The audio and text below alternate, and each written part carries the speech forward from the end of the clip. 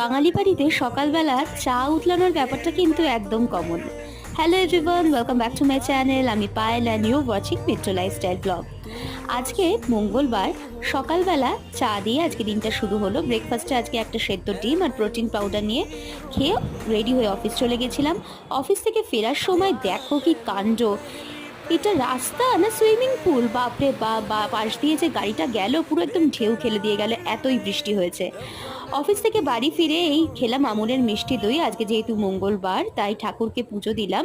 সংকট মোচনের পাঁচালি পরে ঘিয়ের প্রদীপ দিয়ে সংকট মোচনকে আরতি করে আজকে সন্ধেবেলাটা পুজো দিলাম। রাত্রেবেলা আজকে ডিনারে খুব সিম্পল মেনু। আজকে ছিল ডিনারে আর মাছ। ডিনারটা করে এইভাবেই আজকে দিনটা কমপ্লিট করলাম।